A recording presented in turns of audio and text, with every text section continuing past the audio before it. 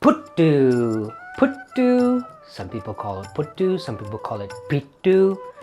Whatever you call it and wherever it's from, I hesitate to say that it's a Tamil thing because the last time I said string hoppers were a Tamil thing, there were comments saying, string hoppers not Tamil, from Kerala, do your research. No capitals, no punctuation, just very aggressive comments in the comment section. So, Puttu is a breakfast dish that I grew up eating. Breakfast, evening also. My mom made it so well. That's what I'm going to show you how to make today.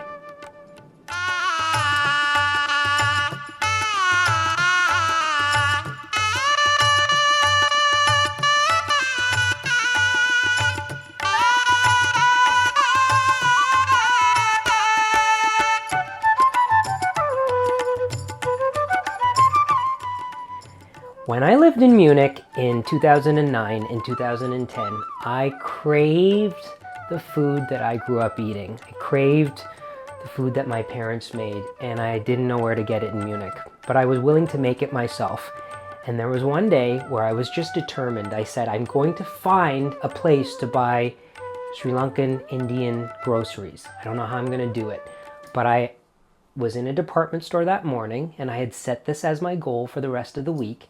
And I saw a lady shopping in like the towel section, and she looked like she could potentially be from Sri Lanka. So I went up to her and I said, I didn't know what language to speak because I was in Munich. So I said, Entschuldigung, kommen Sie aus Sri Lanka? And then she said, ja. And I was like, oh. And then I asked her, I was like, and my German was not very good at that point. It was early on. But I said, I'm looking for a place where you could find ingredients to make puttu. She's like, and I was like, puttu? She's like, and then she went, Pittu. So she took me by the hand, took me out of the department store, walked me around the block, and there in a tiny little alley was an Indian store. And the man didn't have the tools I needed, but he ordered them for me. And the next week, I had everything I needed to make this dish. So, puttu is a dish that is steamed, and it is traditionally steamed in a hollowed out bamboo log. This is a piece of bamboo. And in Sri Lanka, you can find this device. It's hollowed out bamboo, and at the joint, like this bamboo grows with these sort of segmented joints. So it's cut very strategically. The top is open, but the bottom is cut just below the joint. And what that facilitates is the insertion of a sieve. So the sieve goes in here. This sieve, look at this little sieve. It's made from a coconut shell. And all this came from Sri Lanka. And this little sieve goes in here. It gets held in place. The aunties will take an old sari that has holes in it, and they'll rip it up and they will tie it around here. This was tied on by a relative that is no longer alive. I loved her so much. Sundaralakshmi Selvaraja, a veena player.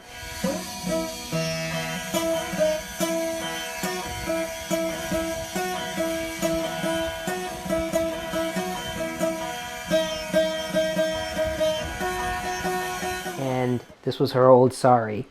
So this enables the piece of bamboo to fit snugly into the vessel that holds the water. Water goes in here, this goes in here, and steam comes up through the bamboo and steams the puttu. So this is the very traditional version, and this is the modern version. Look at this. This is what you would find in Sri Lankan grocery stores or in South India now. Stainless steel, it replicates the bamboo. Water goes in here. There's a long pipe-like thing, and there's a little metal sieve. Okay, so sometimes I use that. More often I use this just because it comes out evenly through this. It's very beautiful when it's made in this, but that actually tastes nicer because there you get the smell of bamboo. So to make puttu, we use our old staples that I used for string hoppers. And I made a video on string hoppers. You can check that out. I also made a video at a Tamil grocery store where I talk about sourcing these two flours. This is red rice flour, and I'm making the puttu the way that my mom made puttu. So I grew up eating my mom's puttu. I loved it. And then when I was a little kid and we would visit certain relatives' houses, they had made puttu for dinner, and we would start eating, and I would turn to my mom and go, "I don't like this." And she would go, "Be quiet, you." And I learned early on, everybody's puttu is not the same.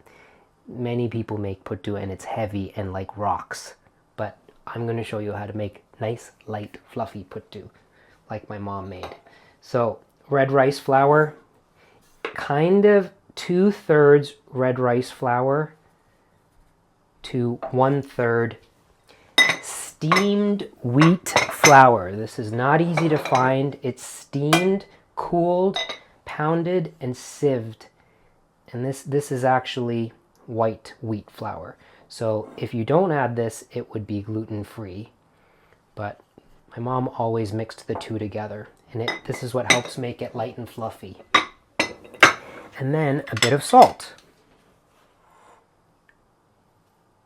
Tiny bit of salt. This gets stirred together.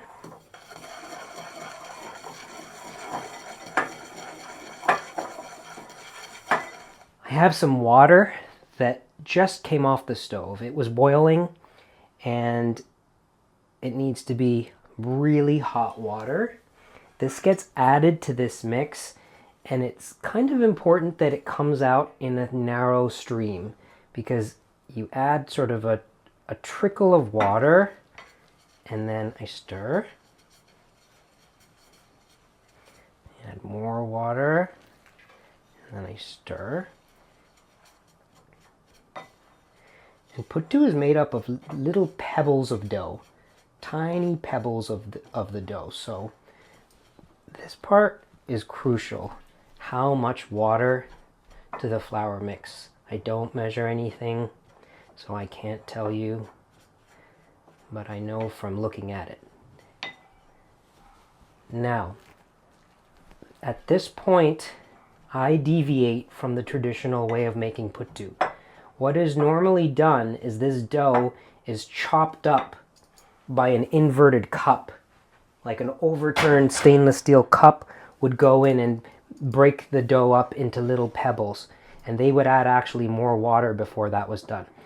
I have found, I developed this technique on my own, that instead of doing that, if you add a little less water and you use your hands and incorporate the water. Now I have asbestos hands, so it is very hot.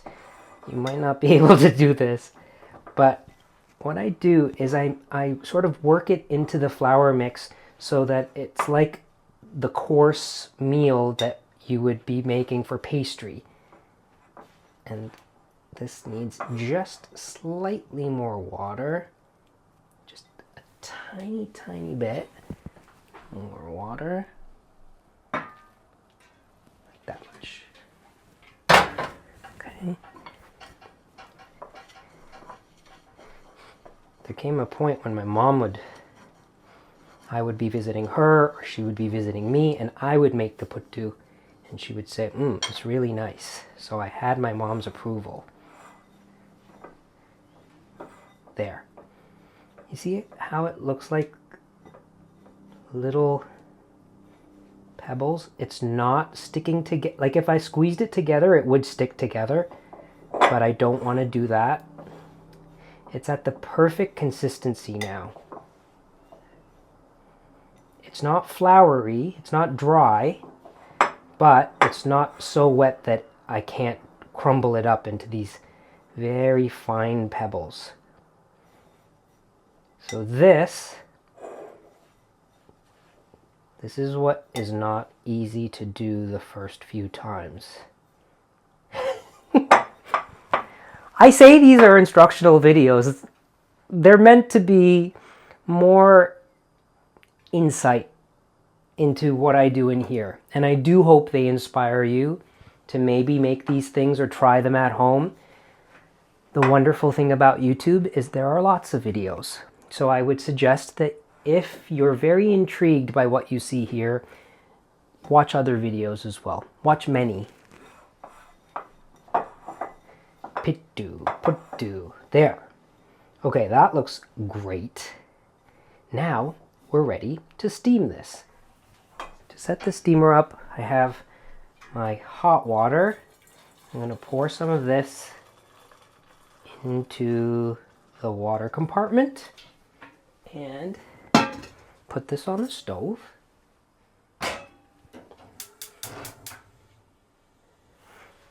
And now, so I have my little sieve that goes in here. And this is the thing about Puttu. Puttu is made in segments like logs, and each segment is about 3 inches tall. And they are separated by freshly grated coconut. So I grated a bunch of coconut, and what I do when I get a coconut is I usually get 2. I scrape it all, and then I put it in a Ziploc bag and freeze it. And then when I'm making Puttu, I just take out little bits as I need it, like a little piece off of the brick of frozen coconut. I let it come to room temperature, and then I use that, and it's perfectly fine. So into the steamer, I put, about a tablespoon of grated coconut. So have a look at this.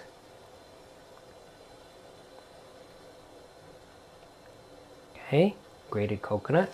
And then, so this is what I have to kind of eyeball. I'm going to lightly put this in here. I don't grab it, like I don't smush it all up, because then that beautifully delicate mix is going to be compressed. We want this to be nice and light and fluffy. I put this in here, gently.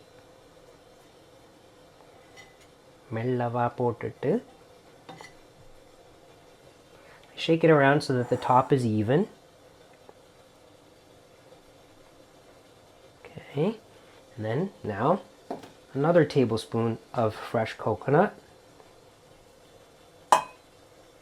Okay, and another handful of the flour mix.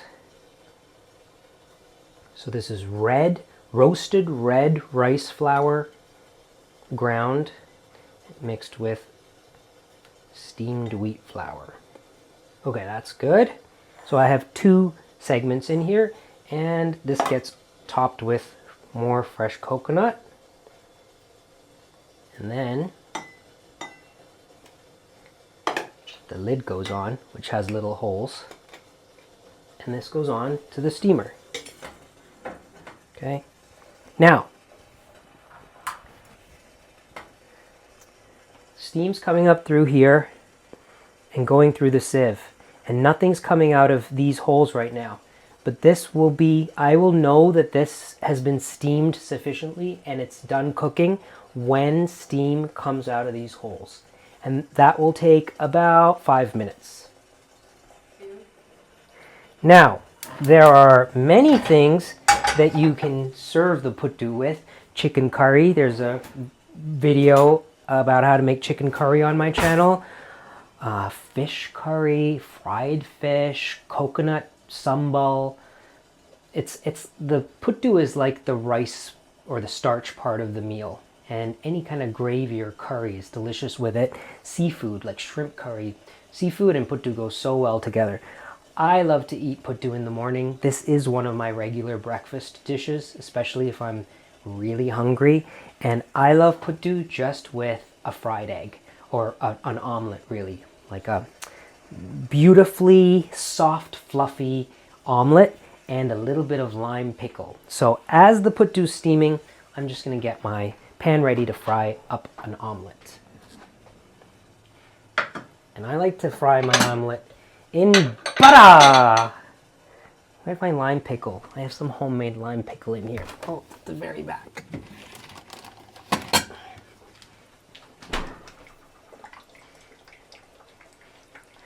I made this lime pickle 2 years ago, and I made so much of it.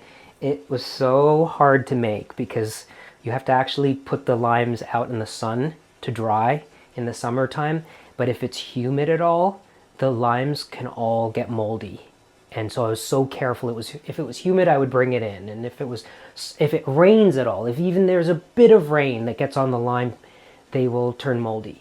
So I guarded these like my babies for 2 months until they were completely like bone dry. And then they get put into a mixture of lime juice and spices. And this stuff is delicious. You can buy this pre-made at a Tamil store, lime pickle.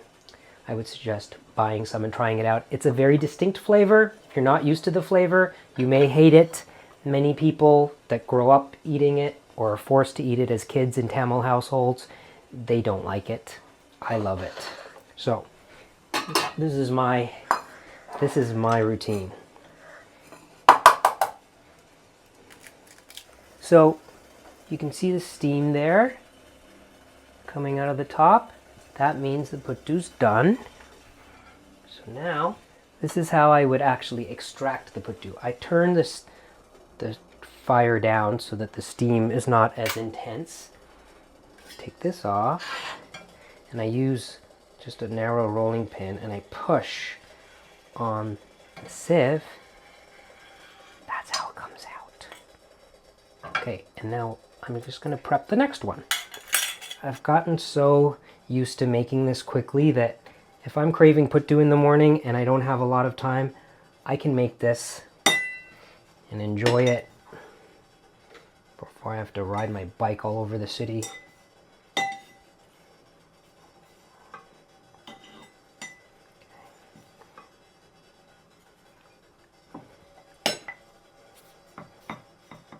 Every last little bit on the steamer.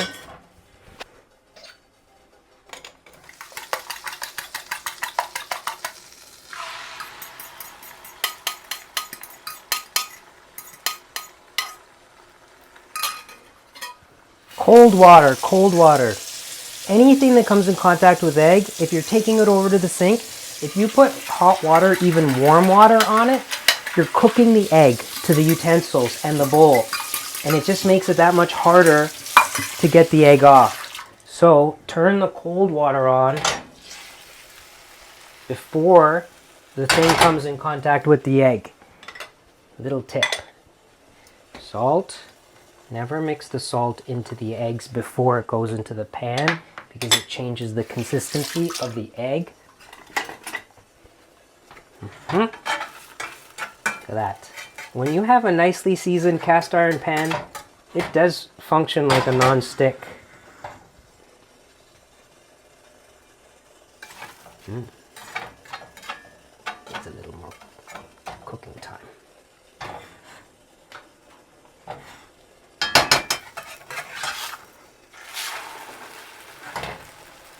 Yum.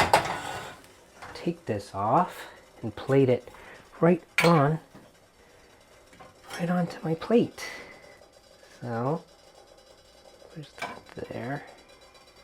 Look at that.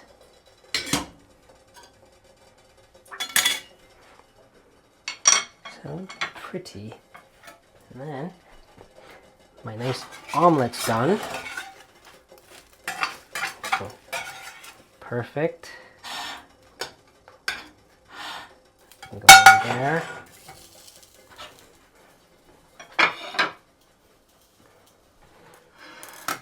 And the little lime pickle. Look at this stuff, it's so good. It's a preserve.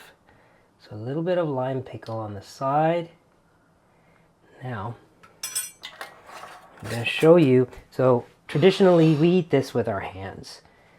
And I am a traditionalist when it comes to eating this food. So it holds together like a little log, but it's so light and fluffy that at the gentlest bit of pressure, it breaks apart back into that crumbly texture of when it went into the hollowed steamer. And so this is sort of eaten like rice. And with the fresh coconut mixed in, a little bit of the lime pickle mixed in as well, and a tiny bit of egg.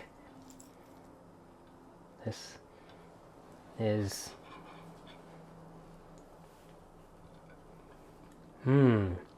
It's kind of sweet. Because of that fresh coconut, it has this wonderful, soft flavor, but it's nutty because of the red rice flour. And then paired with the lime pickle, which is jammy and salty at the same time. Here's the thing about this cuisine. The reason I want to make these videos and share them with you is because this is such a regular part of my life. I eat this food all the time, and every time I sit down with a warm plate of this food, I think, oh, how good, how wonderful this is. It really is my favorite cuisine. But part of the reason I love it is because it's so unusual. There is nothing I can compare these flavors to. There's no other dish or cuisine that I can say is like this. The texture, the color, and the flavor. So if there is a Sri Lankan or South Indian restaurant near you, or somewhere when you're traveling where you can try Pittu, Pittu, I encourage you to try it out, especially if it's the red Puttu. There's white Puttu on the menus of certain restaurants, but I stay away from that. It's nothing like the stuff made with the red rice flour. Puttu, one of my beloved breakfast or evening dishes to have at home. From me to you, thank you for watching.